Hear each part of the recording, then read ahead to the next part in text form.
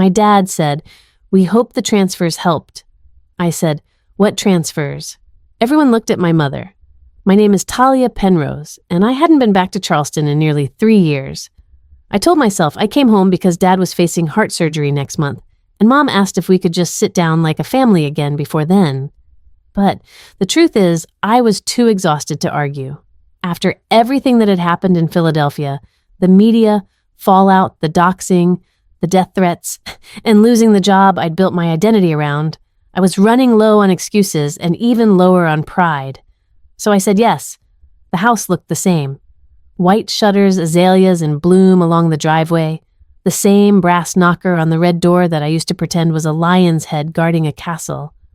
Mom met me on the porch wearing that ever-present pearl necklace and a forced brightness in her voice. "Talia, sweetheart," she said, "arms outstretched. You're thinner than your pictures. Are you sleeping enough?" I lied easily. "I've been traveling a lot, just haven't had time to sit down, you know." She kissed my cheek, not pushing, but her eyes scanned me like she already knew something wasn't right. Inside, the smell of cinnamon and roast chicken filled the air.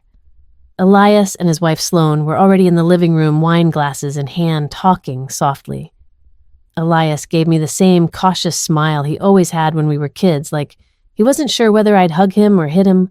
I gave him a quick nod, then turned to Dad, who stepped out from his study just in time to catch me adjusting my sleeve over the new tattoo he didn't know about. Still wearing black like a New Yorker, he joked. "Charleston hasn't scared that out of you yet. I'm easing back in," I said, smiling thinly. We moved into the dining room where Mom had set the table like it was Thanksgiving. Silver polished to a mirror finish cloth napkins folded into swans, the good china she usually reserved for church guests. I almost asked what the occasion was, but thought better of it. Something about the way Sloan kept glancing at Elias, or how Mom wiped the table twice even though it was spotless, made me feel like I'd walked into a play midway through rehearsal. Dinner started simple enough. Chicken, green beans, roasted potatoes. Dad talked about the neighbor's dog that kept digging up his lawn. Elias gave a vague update about his clinic expanding. Sloan asked me about Philadelphia, but her voice was too sweet, too careful, like she already knew not to poke too hard. I kept my answers short and vague. "Things are complicated," I said. "I'm weighing options." It wasn't until we were halfway through the meal, just after Dad passed the wine bottle back toward Elias and reached across the table to offer me more potatoes, that it happened. He said it so casually I almost didn't hear it. "We hope the transfers helped," he said. "Your mother mentioned you might still need a bit more for April." The sentence floated in the air like steam off a forgotten kettle. I blinked. My fork froze halfway to my mouth. "What transfers?" I asked, my voice steady but sharp enough to slice through the room's artificial warmth. Dad's hand stopped mid-pass. He looked at me with confusion that quickly morphed into concern. "The monthly ones," he said slowly. "From the foundation. You haven't—" I turned to look at Mom. Her face was pale. The color drained from her cheeks so quickly I thought she might faint.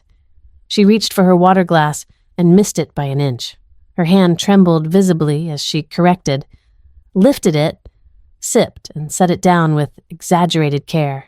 "I thought you knew," she said, eyes not meeting mine. Knew what I said flatly. She opened her mouth, then closed it. The room had gone completely silent, save for the tick of the grandfather clock in the hallway and the occasional clink of silverware as Sloan awkwardly moved her peas around the plate. I looked around the table. Elias couldn't meet my eyes.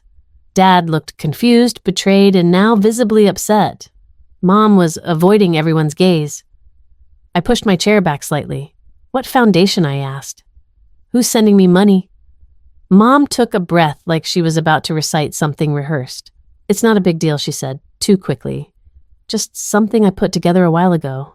For emergencies. I thought, after everything in Philly, you wouldn't want to ask for help." "I didn't," I snapped, "because I didn't know there was help to ask for." "Talia." "No, seriously, Mom.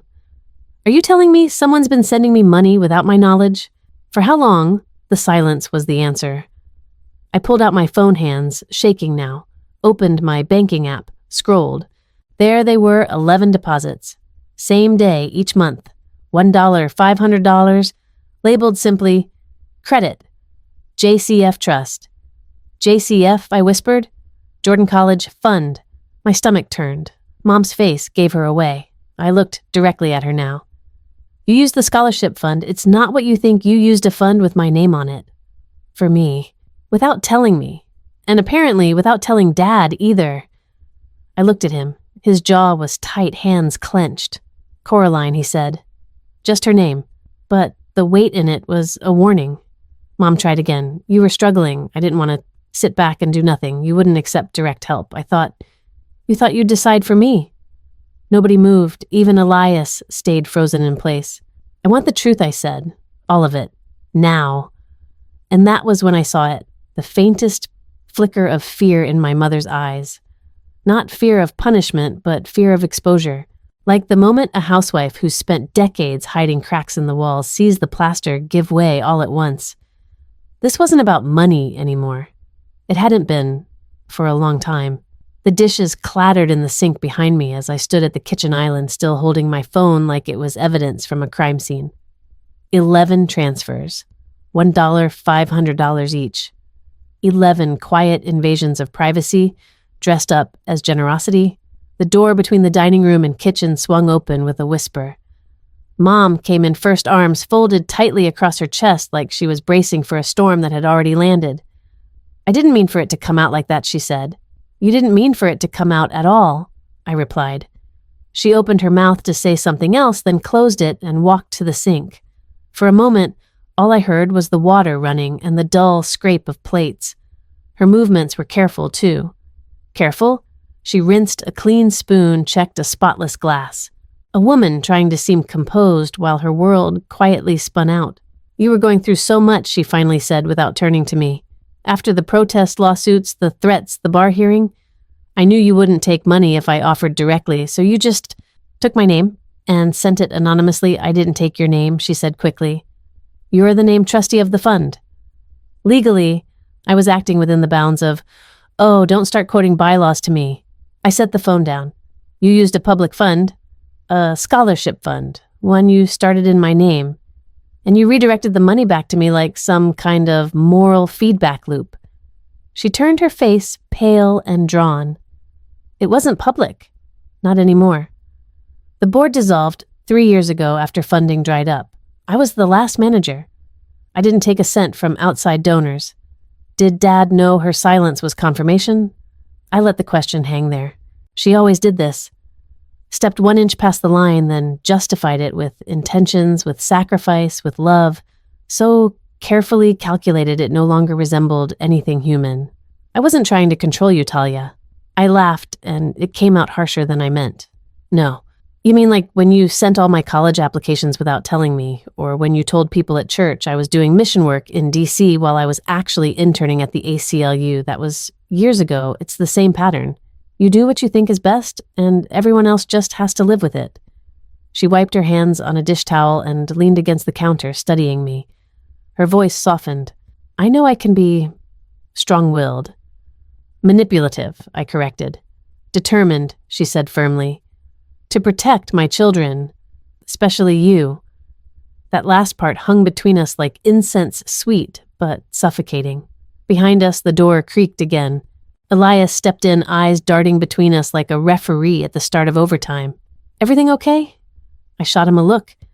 You knew. He hesitated, rubbing the back of his neck. I didn't know all the details.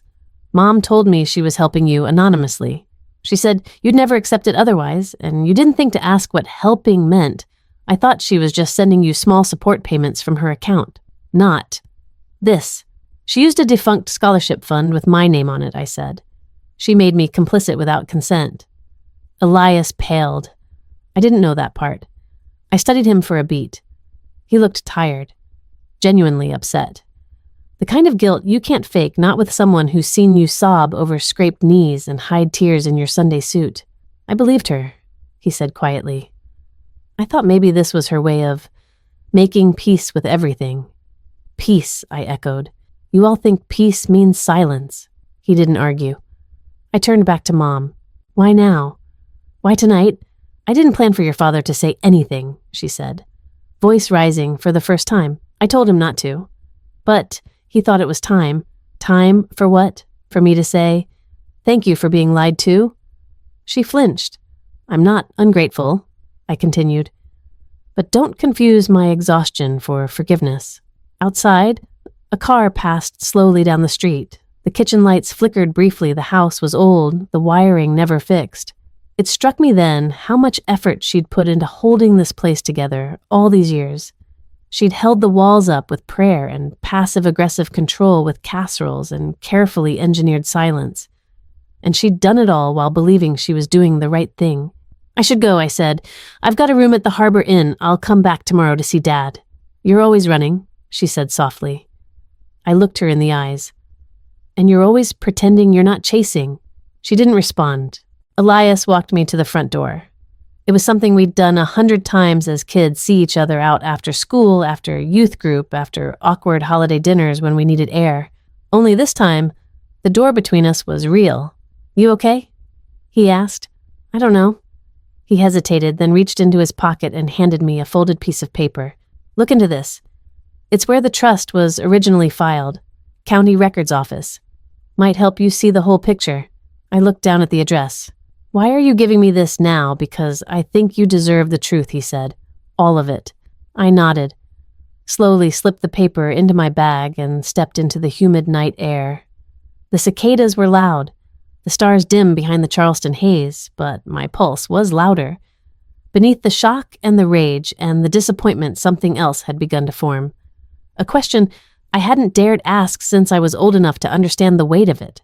What else don't I know? The Charleston County Records Office sat tucked behind an aging courthouse with limestone columns that had seen too many storms. I parked out front just after 9 the next morning, the sky still gray from last night's rain. The air smelled of wet oak and something older paper maybe. Dust. Memory. Inside it was quiet save for the soft clacking of keyboards and the occasional murmur of 2 clerks trading gossip near the copier. I approached the front desk where a woman with a nameplate that read Marla Jenkins looked up from her mug of peppermint tea. "Morning," I said. "I'm looking for filings related to a trust called the Jordan College Fund. It was established under my name maybe 15 years ago." She narrowed her eyes not with suspicion, but curiosity. "You the trustee? I believe so." She nodded and tapped quickly into her terminal. "You're in luck, it's not archived yet. Filing number JCF 2121. Go down the hall to room 4B. Ask for Ned." "Ned," I repeated. "Got it." The hallway smelled faintly of toner and lemon cleaner. A door creaked open on my left as I passed someone muttering about misfiled permits, and then I found it. Room 4B. I knocked lightly before entering. A man in his 60s sat behind a low desk, cluttered with file folders and yellowing binders. His hair was silver, but thick, tied loosely at the nape of his neck. His glasses hung low on his nose and a pair of headphones dangled from one ear. "You Ned?" I asked. He looked up. "Depends who's asking." I smiled faintly. "Talia. Penrose." "Ah," he said, removing the headphones. "The scholarship girl." I froze. "Excuse me." He motioned for me to sit. "You're listed as the public-facing name on the Jordan College Fund. Saw your name in the paperwork back in issue 8. Whole thing was filed through your mother, Coraline Penrose." I sat down slowly. "What do you mean, public-facing?" Ned slid a folder toward me. Inside were scanned documents, application forms, legal signatures, tax filings. My name was on all of them, printed cleanly at the top of every page. But the signature line, Coraline's handwriting, perfectly looped, signed on my behalf. "She signed as your guardian?" I asked, already knowing the answer. "She filed the trust when you were underage, so legally she could. But here's the part you'll want to see." He flipped through the papers until he found a single-page ledger with several line items marked initial contribution. I scanned it once, then again. The amount caught in my throat. $75,000. The memo field read, "Disbursement SC Post-Adoptive Subsidy Child Trauma Category." I looked up at Ned. "This money, it came from the state." He nodded. "That's right. South Carolina has a subsidy program. If you adopt a child out of foster care, especially if that child has documented trauma or disability, you're eligible for long-term financial support. Your mother filed for the trauma category." I sat back in the chair, lightheaded. She never told me. I didn't know I came with a stipend. Ned's face softened. That's not unusual. A lot of parents keep it quiet. Some use it for therapy, schooling savings. Others, well, not always wisely. But it's not hush money, if that's what you're thinking. It's meant to help. No, I said quietly. It's not hush money, it's just a transaction I never knew existed. I thanked him and stepped outside the folder, pressed tightly to my chest. The clouds had cleared while I was inside. The sun felt too bright, too eager. I got in the car and just sat there staring at the steering wheel like it might offer an explanation. All this time, I thought Coraline's obsession with appearances was born of pride. Maybe it was. But now I could see something else stitched beneath it: debt. A need to justify what she took, what she accepted in my name. She built a fund from the state's adoption subsidy and named it after me, not because she wanted to empower me, but because it gave her a narrative. We took her in, we gave her opportunity, she gave back to the community. Except I hadn't given anything. I hadn't even known. I drove for a while with no direction windows down, letting the wind tangle my thoughts. At a red light, I dialed Elias. He picked up on the second ring. "Hey," he said cautiously. "You free depends. Are you here to yell or cry?" I almost smiled. Maybe both. He met me at a small park near our old elementary school, a place we used to race bikes and argue over who got the last orange popsicle. He brought coffee. I didn't ask how he knew I hadn't had any. We sat on a bench near the duck pond, and I told him everything. When I finished, he let out a low whistle. She used trauma money. She called it our savings in the paperwork. He shook his head slowly. "She never told me that." I sipped the coffee. "Did you know about the fund only vaguely?" She mentioned wanting to do something in your name when you went to law school. Said it would be symbolic. "Symbolic," I muttered. "That's one word for it." Elias leaned forward, elbows on his knees.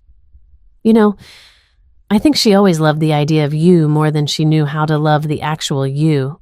I looked at him, surprised. She needed to feel like she'd redeemed something he said, like bringing you in healed her somehow, made her righteous. But you had your own mind, your own pain. She couldn't control that. So she managed it.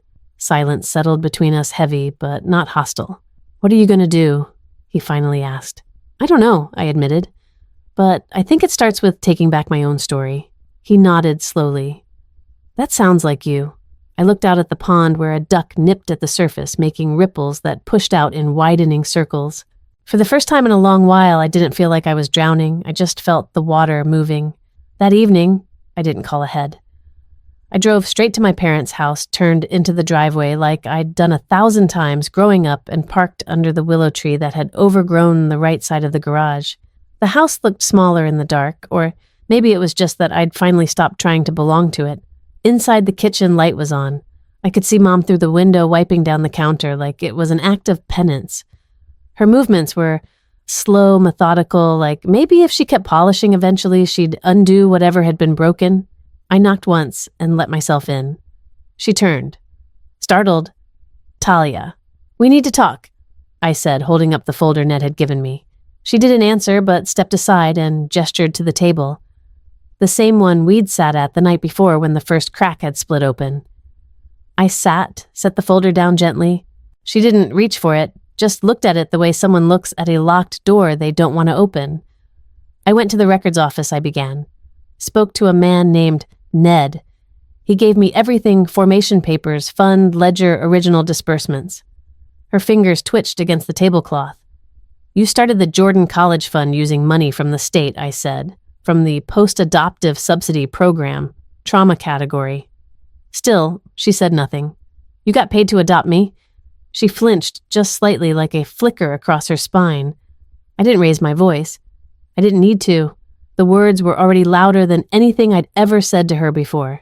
$75,000, I continued, filed under support services for high-risk placement. You funneled it into a trust.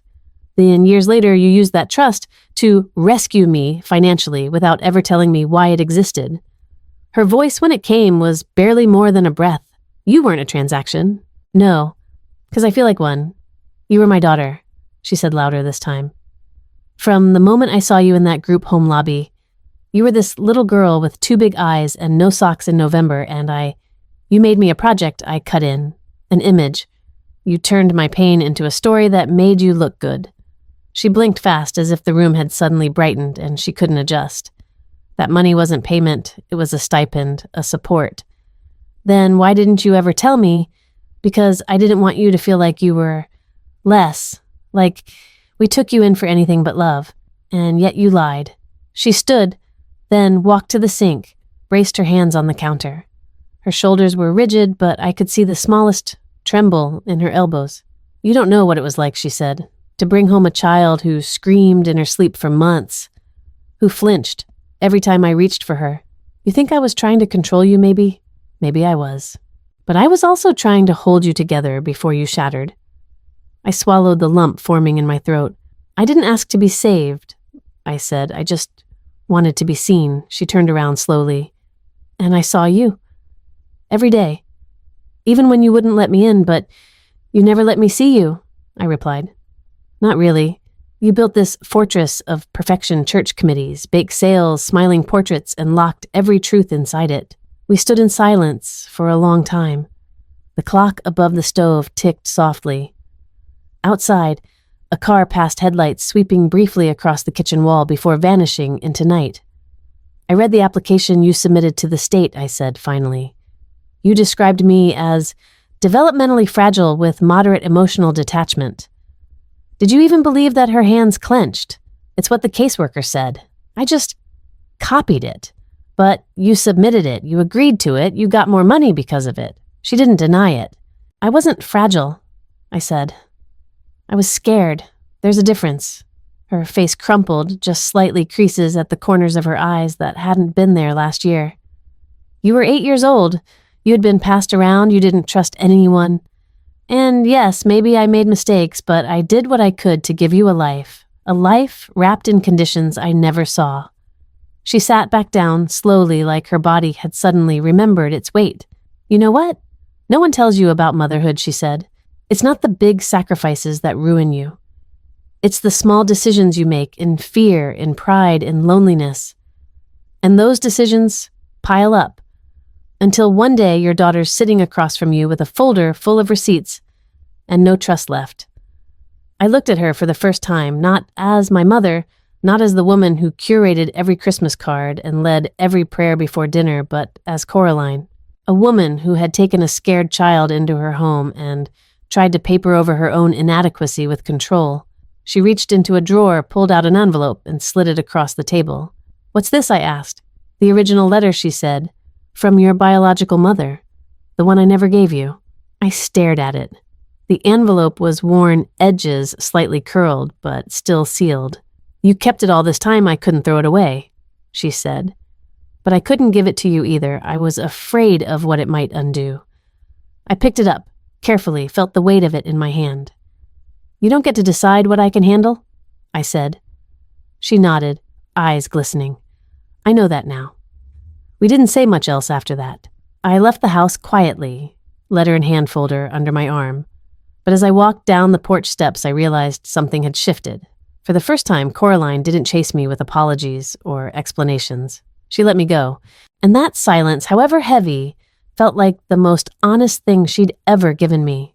I didn't open the letter that night. I placed it on the desk in my motel room next to my laptop and the folder from the records office and stared at it like it might explode. Maybe I was afraid of what was inside, or maybe I just wasn't ready to know what Coraline had kept from me all these years, what my biological mother had tried to say before being erased. But I knew one thing, I didn't want to be alone with that envelope. So the next morning I drove to Elias's clinic. The waiting area was quiet, beige, humming faintly with air conditioning and a soft instrumental track looping from somewhere above the ceiling tiles. The receptionist smiled when I walked in, her badge read, Renee in soft green cursive. Dr. Penrose is with a patient, she said.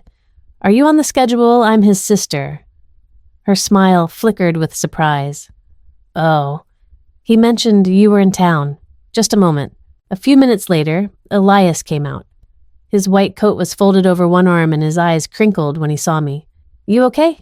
he asked, already knowing I wasn't. I followed him down a short hallway to his office. It was smaller than I expected. Clinical, yes, but not cold. There was a framed photo of his wife Sloane on the bookshelf, next to a little clay dinosaur I recognized from a school project he'd made in the 4th grade. Some things never changed.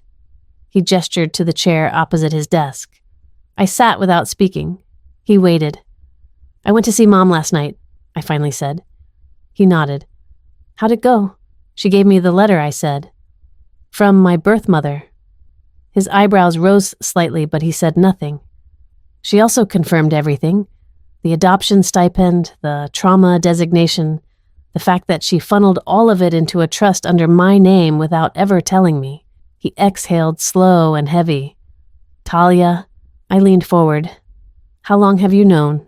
He hesitated. That was my answer. "Don't," I said, voice tightening, "don't spin, just answer." I knew she received a subsidy, he admitted.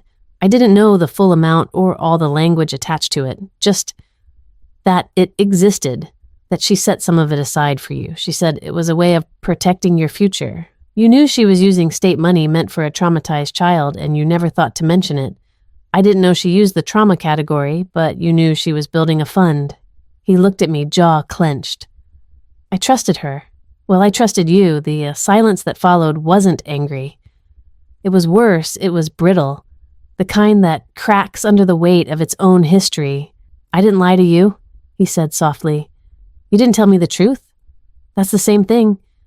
He rubbed his temples, suddenly looking 10 years older. "I thought she was doing it out of love. You were in Philly, drowning in lawsuits and smear campaigns. And Mom. She's terrible at expressing anything without turning it into some grand gesture. I thought maybe this was her way of showing up without suffocating you." I stared at him. "Do you hear yourself? You thought that secretly funneling money to me behind my back with my name on a dead scholarship fund was loving."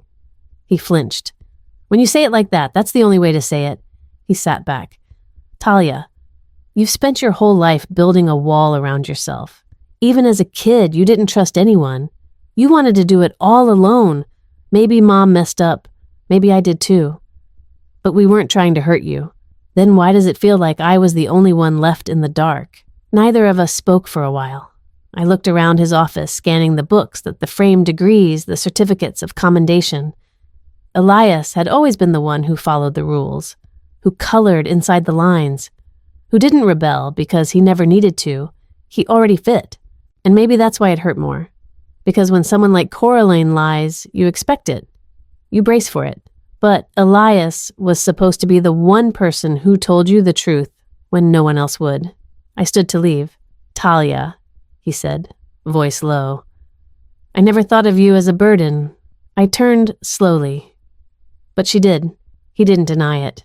Outside, the air was sticky and close. Summer had officially arrived in Charleston, pressing against the skin like a wet blanket. I walked until my thoughts slowed enough to feel like mine again.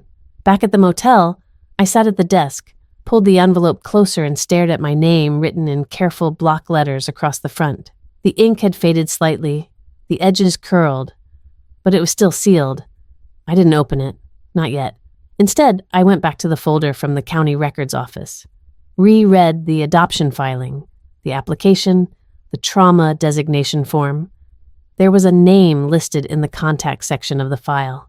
A woman named Janine Holloway. Underneath it, in smaller text, caseworker SC Child and Family Services. I grabbed my phone and dialed the number next to her name, half expecting it to be disconnected.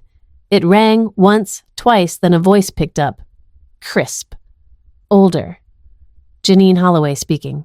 "Hi," I said, adjusting my tone instinctively. "I'm sorry to bother you. My name is Talia Penrose. You were assigned to my adoption case, I think about 26 years ago." There was a pause. Then Penrose. "Coraline and Leonard." "That's right." Another pause. "My goodness, I remember you. That stunned me." "You do not every child sticks," she said. "But you were sharp, guarded, but curious. And I remember Coraline too. She was determined. That's one word for it." She chuckled softly. What can I help you with? I just have questions about the way the adoption was handled, about the trauma category I was filed under, and maybe what wasn't told to me. Janine's voice softened. You want to know what happened before the Penroses? I nodded, even though she couldn't see me. I think I'm finally ready. Well, she said then we should talk, but not over the phone. I'm retired now, but I keep files. Come see me. I'm in Somerville, just north of the city. She gave me an address. I wrote it down carefully, heart pounding. After we hung up, I sat in the quiet motel room and looked at the envelope one more time. Then I tucked it into my bag. Whatever came next, truth, heartbreak, answers, I wasn't going to face it alone anymore. Not on their terms. This time, I was going to look for the truth myself. Somerville sat just beyond the sprawl of Charleston, a quieter kind of southern town where the porches were wide and the secrets older than the trees. I followed the GPS through a maze of oaks and winding streets until I pulled up in front of a one-story brick ranch home with wind chimes dancing in the June breeze. Janine Holloway lived alone, I guessed. The yard was meticulously trimmed with 2 faded Adirondack chairs on the porch and a bird feeder that swung lazily over a patch of wild azaleas. There was something unassuming about it all, like a place built for someone who had spent decades inside other people's chaos and finally needed silence. She opened the door before I knocked. Talia, she said with a smile that didn't feel forced. You look exactly like I remember. Older, obviously, but the eyes, same girl who asked me if her new bedroom would have a lock. That stopped me. I said that. She nodded. You didn't trust much, but you had sharp instincts. She let me in and led me to a small sunroom lined with bookshelves and photo frames. We sat across from each other with glasses of iced tea and a manila envelope between us. I pulled what I could from my personal archives, she said. The agency wouldn't let me keep much when I retired, but I copied some files over the years. Sometimes I thought it was for legal protection. Other times, I think I just didn't want the stories erased. I sipped the tea, waiting. She opened the envelope and pulled out a thin file with my name printed neatly at the top. Penrose Talia. Finalized adoption. SCFCS 1999.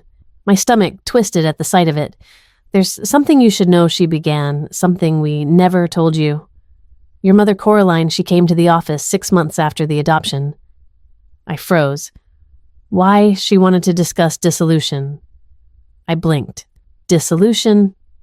You mean she wanted to give me back? She framed it as reconsidering the match. Said she didn't feel equipped, that you were more damaged than she'd been led to believe. My throat went dry. Janine continued her voice, measured but gentle. She brought documentation notes she'd made about your behavior. Said you hoarded food, flinched at sudden movements, refused physical affection.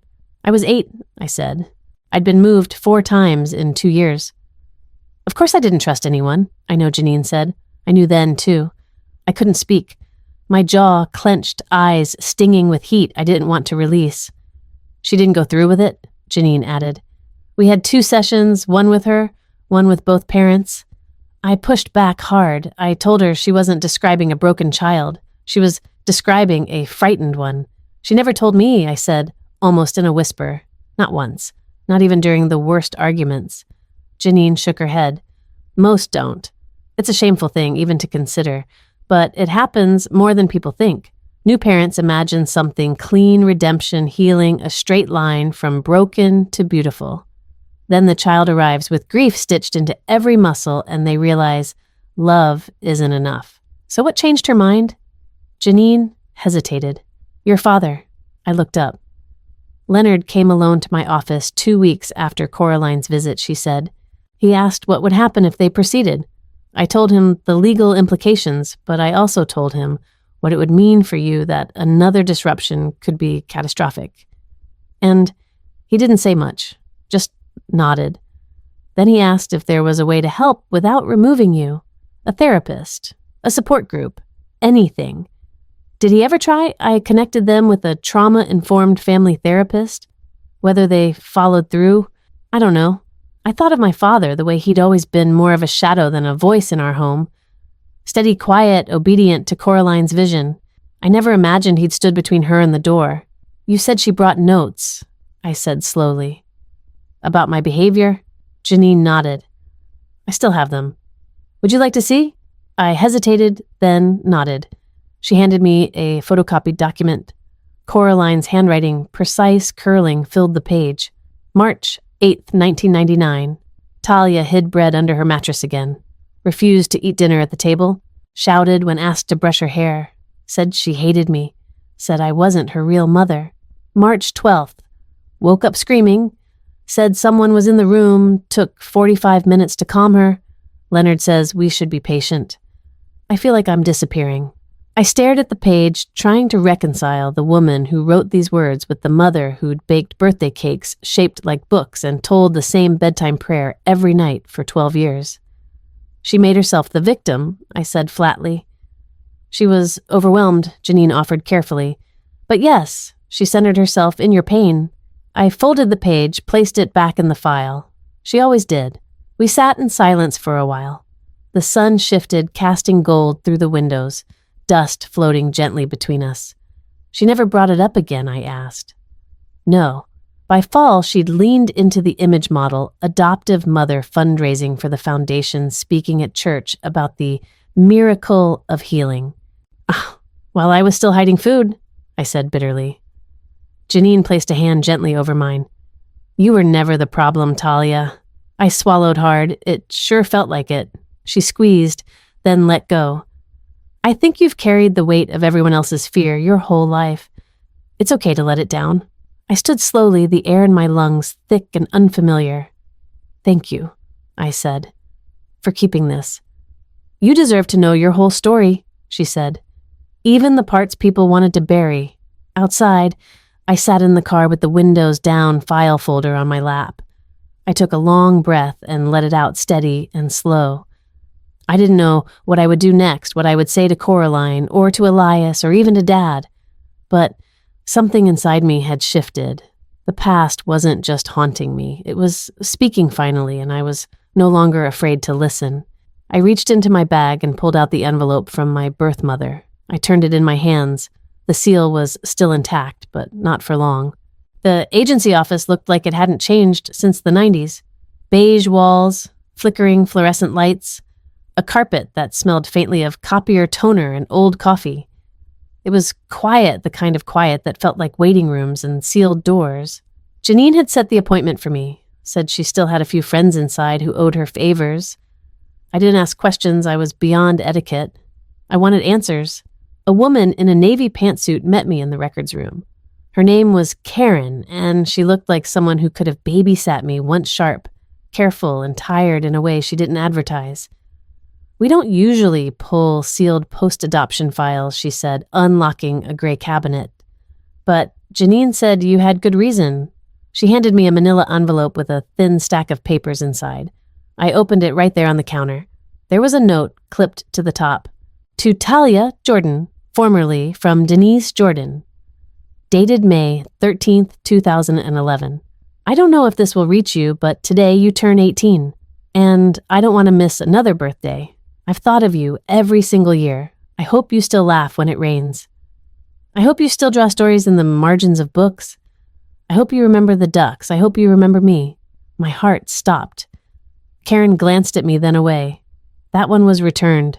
The address bounced. I nodded, swallowing hard. There were more letters. One from 2013, another from 2015, a birthday card from 2018. The last was a Christmas card sent to my parents' address, our home in Charleston, postmarked December 22nd, 2020. It had never arrived, or so I'd thought. I turned it over. The handwriting on the back was Coraline's. Return to sender. Not welcome. My mouth went dry. My hands trembled. Karen leaned closer. That one came through the Foster Archive redirect system. We flagged it for review, but it was dismissed. I remember the note in the file. It said, recipient has requested no further contact. I stared at her, but I didn't. I never said that. She blinked. Then someone did in your name. I didn't knock when I got to the house. I walked through the door like I still lived there. Coraline was at the dining table, folding linen napkins into triangles. She looked up, startled, then smiled as if we were meeting for tea. Talia. I wasn't sure I dropped the file onto the table. It landed with a sound heavier than paper. She looked at it, confused. Then slowly her face changed. Where did you get that? She asked. The agency. Talia. She sent letters, I said, for 10 years, and you intercepted them. She wasn't stable, Coraline said quickly. You were just finding your way. I wasn't going to let her confuse you. You didn't protect me, I said. My voice was low, but it cut clean. You erased me. Coraline sank back in her chair like the air had been pulled from the room. Her eyes watered instantly, always fast with tears, always ready with remorse, shaped to fit the version of her she needed me to see. That woman gave you trauma, she said, her voice cracking. I gave you structure. I gave you God. You gave me a script and told me to call it love. She shook her head. You don't understand what she was. She couldn't keep a job. She was couch surfing when she lost you. There were red flags everywhere. I saw the file, and you decided that was all I needed to know. I was protecting you. No, I said. You were controlling the narrative. My narrative. The silence between us hung like smoke. And then soft footsteps behind me. I turned. Elias. He looked like he hadn't slept. His eyes scanned the papers on the table. He'd seen them before I knew it, before he even said a word. You knew, I said. He didn't deny it. She told me not to say anything, he said quietly. Said it would just reopen wounds. I laughed once. Bitter. It wasn't a wound, it was an amputation. Talia. You were the one person left I thought didn't lie to me. He took a breath. She made it sound like it was already handled. That you knew. That you'd chosen not to engage. And you believed her?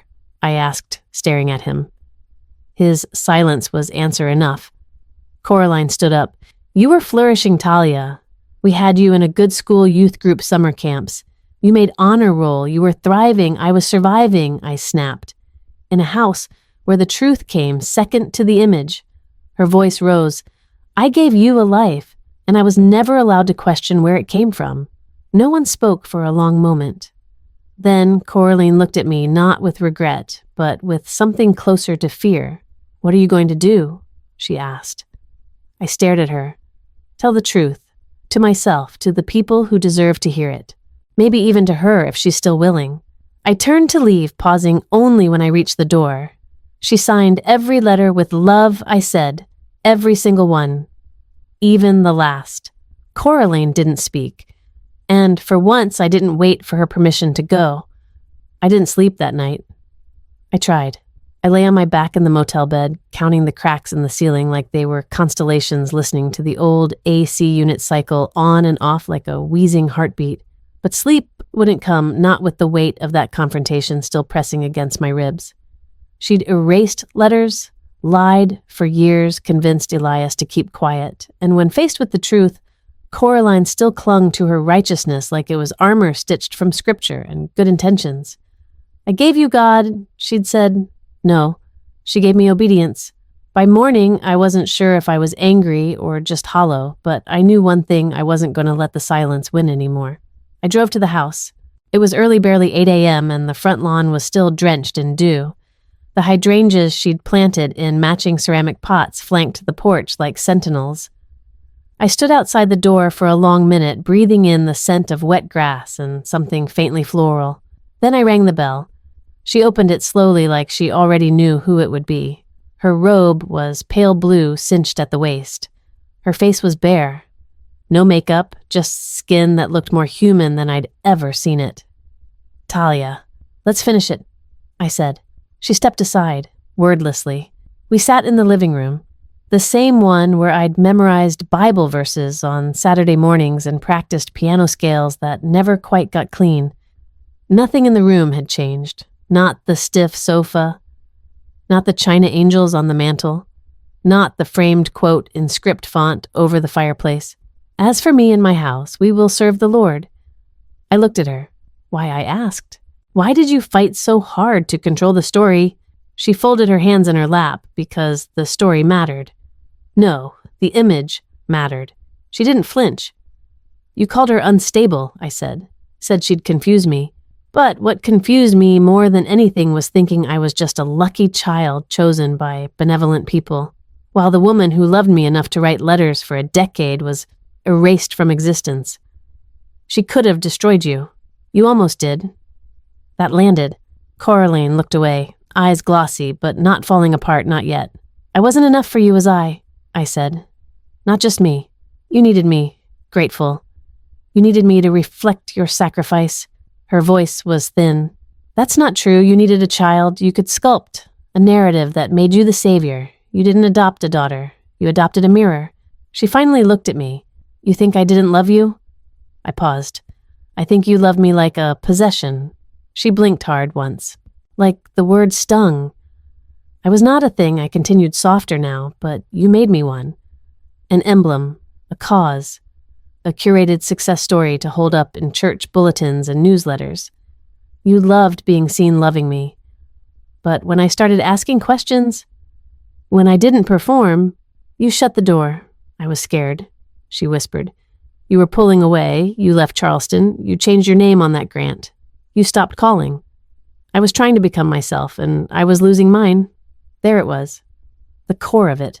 You needed me to stay small, I said, so your world stayed intact. Silence settled between us like fog. Then she stood and walked to the bookshelf in the corner. She pulled down a leather-bound photo album, the one she only brought out during holidays or when guests visited. She opened it, flipped past baby photos and piano recitals and church Easter plays. I didn't know how to be your mother, she said. Not really. Not in the way you needed. I thought structure would save us both. I didn't speak. She turned the book around. There, tucked between pages, was something I hadn't seen before. A photograph. A girl, maybe 16, maybe 17, stood in front of a brick apartment building holding a little girl in overalls. The older girl had Denise's eyes. You kept this? I asked, voice dry. She nodded. It came with the placement file. I was supposed to discard it. Why didn't you?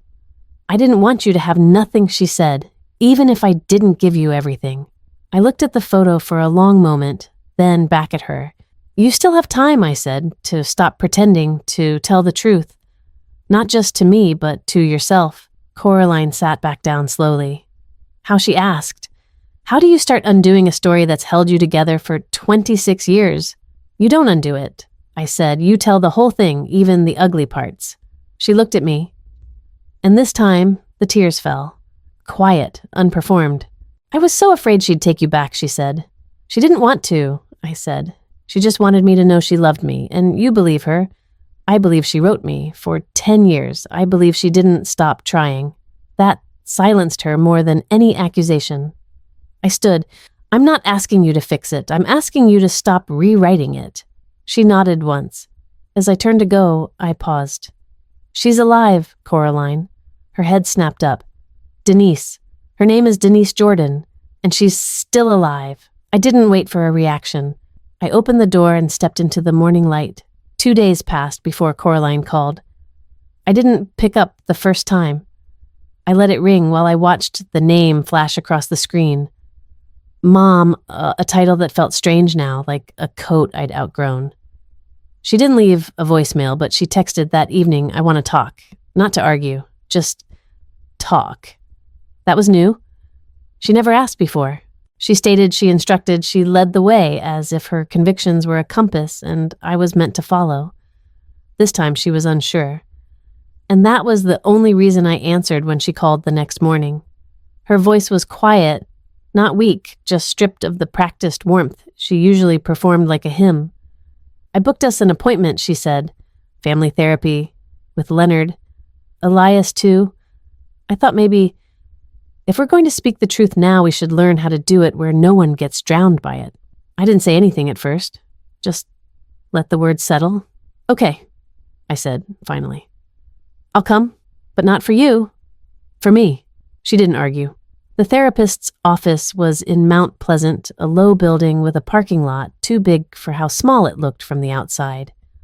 The receptionist offered water and soft voices, and the waiting room smelled like lavender and old wood.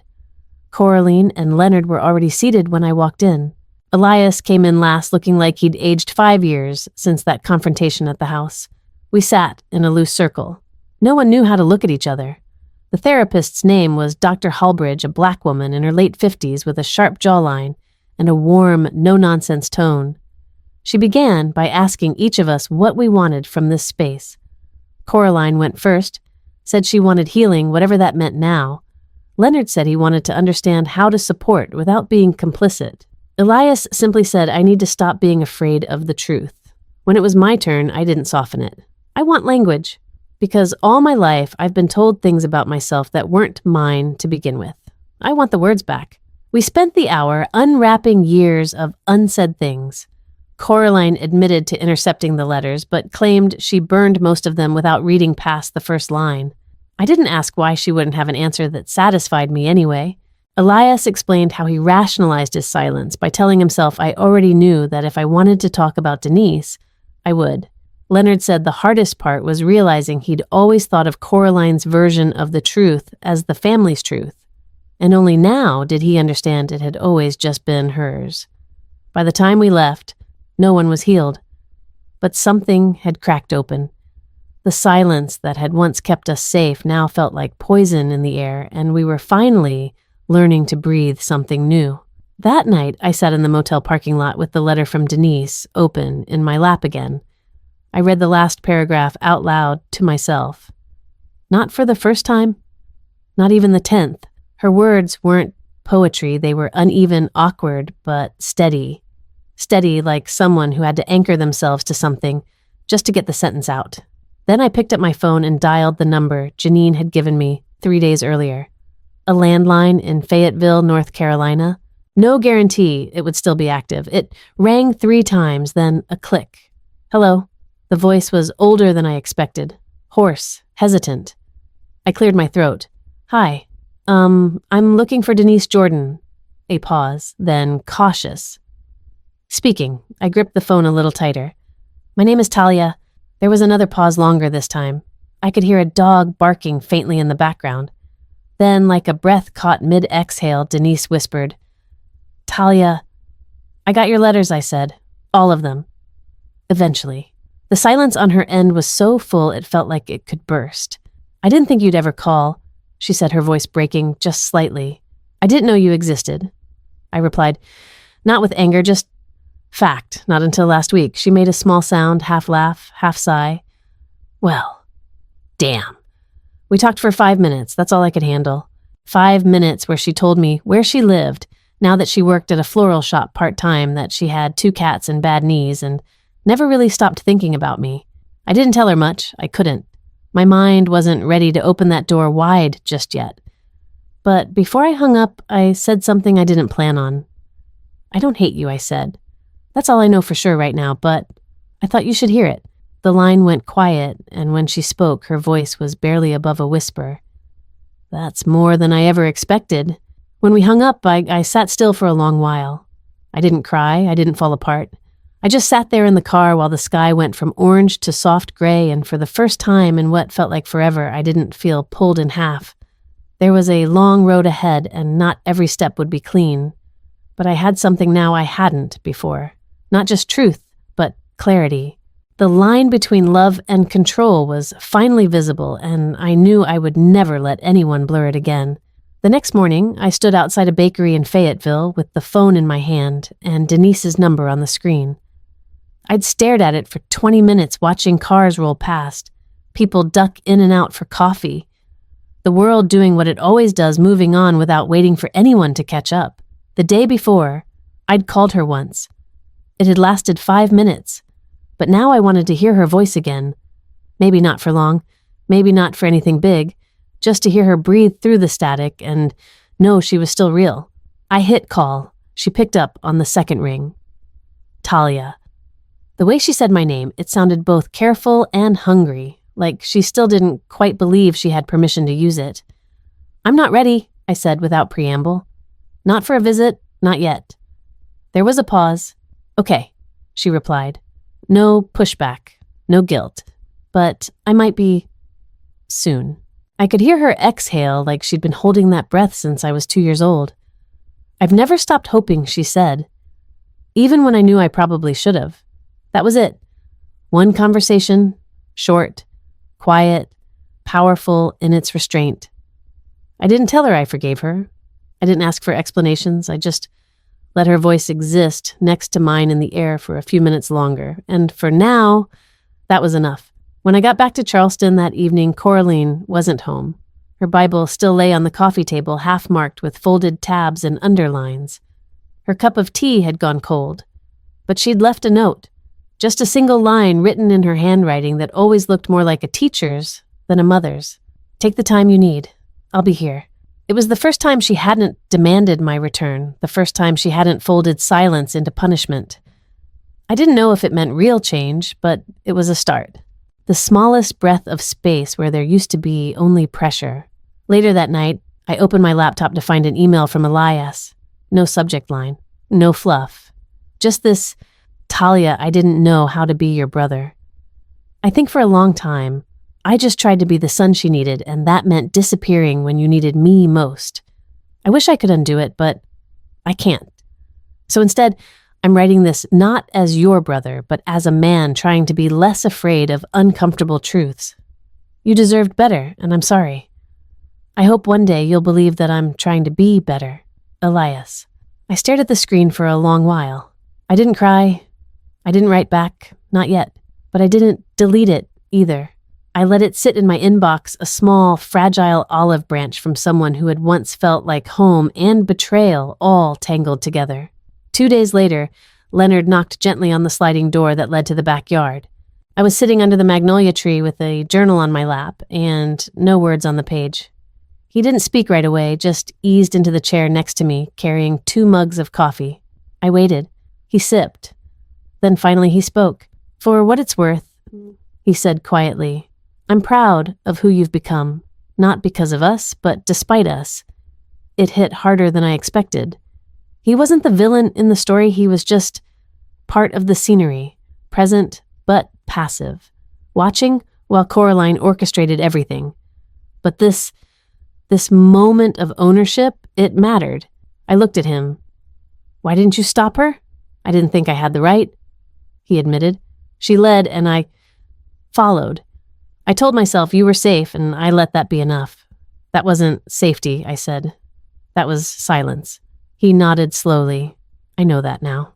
We sat together for a while, the kind of quiet that doesn't press against your skin, the good kind. The kind that comes when no one's pretending anymore. He looked out across the yard. "You think you'll meet her someday, maybe?" I said.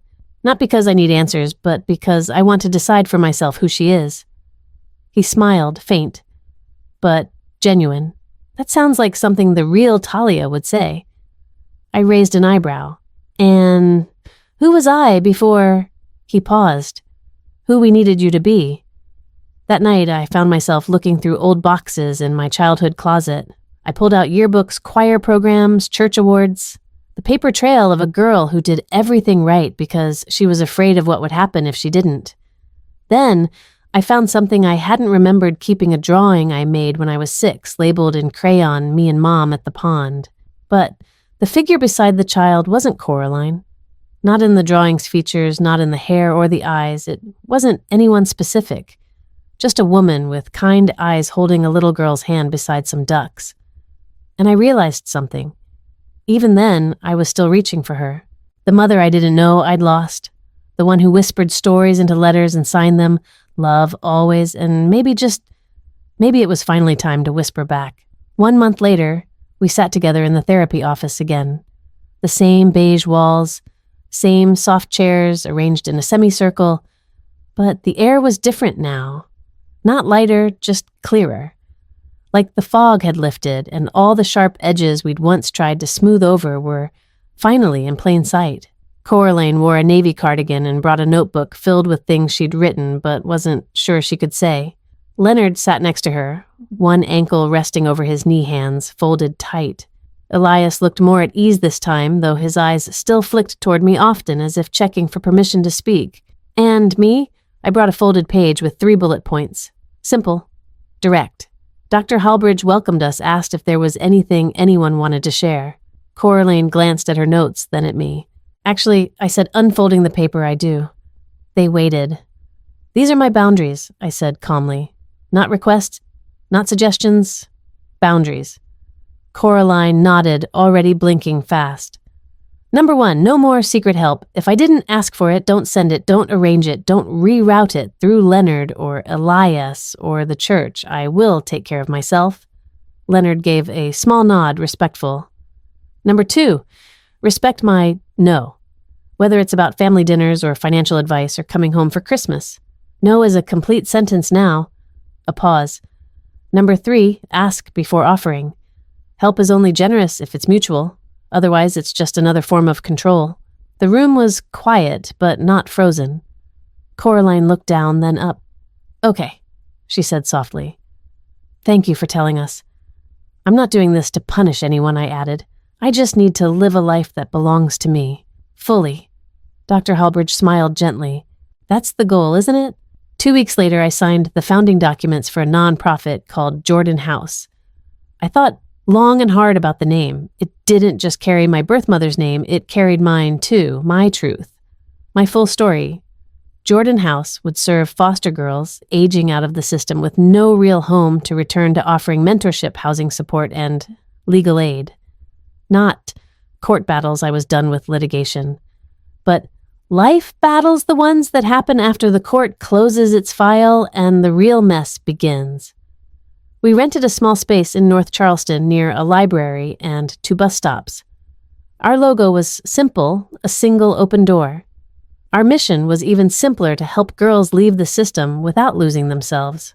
My first week, I met a 16-year-old named Brielle, who'd been moved through 6 homes in 2 years. She didn't trust anyone, barely made eye contact, and flinched whenever someone raised their voice. But when she saw the welcome packet with its handwritten note from me saying, "You are more than paperwork," she smiled. Just a flicker. But it was enough. Denise and I started exchanging letters every Sunday. Actual letters, handwritten, no emails, no texts.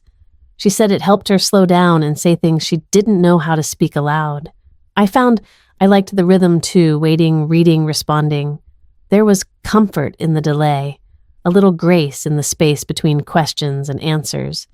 We also did weekly video calls. Some lasted 10 minutes, some an hour. We talked about nothing and everything, her garden, my nonprofit, the dog she rescued that barks every time she opens the freezer. Sometimes we didn't talk about the past at all. Other times, we sat in silence until one of us whispered, "I'm still here." We hadn't met in person yet, but we would. We both knew that. We were just letting the foundation settle before stepping into something that big. I respected that. For once, I wasn't rushing. I wasn't building a new narrative. I was just living. One evening, I stood in my new apartment, the one I chose myself, no parent names on the lease, no borrowed down payment, and opened a small wooden box I hadn't touched in years. Inside was a gold locket I'd worn as a child. Coraline gave it to me when I was 6. I'd stopped wearing it around 13, but I never threw it away. I opened it now. Inside, I replaced the old photo. On the left, a recent picture of me and Denise from one of our video calls. She was laughing mid-sentence, her eyes crinkled with joy. On the right, a photo from my 21st birthday, Coraline and Leonard behind me, cake in front of me, my smile crooked, but real. Then I placed the locket in a small glass display case alongside a new framed photo. It wasn't perfect. Denise and Coraline hadn't met yet, but I'd used editing software to place them side by side, one on each side of me, neither dominant, neither erased. Just present. Just real. One gave me life, the other gave me structure, both gave me stories to rewrite. As I looked at that photo, the light caught the glass just right, throwing a shimmer across the frame, and I thought to myself, sometimes love isn't what you give, it's what you stop taking away.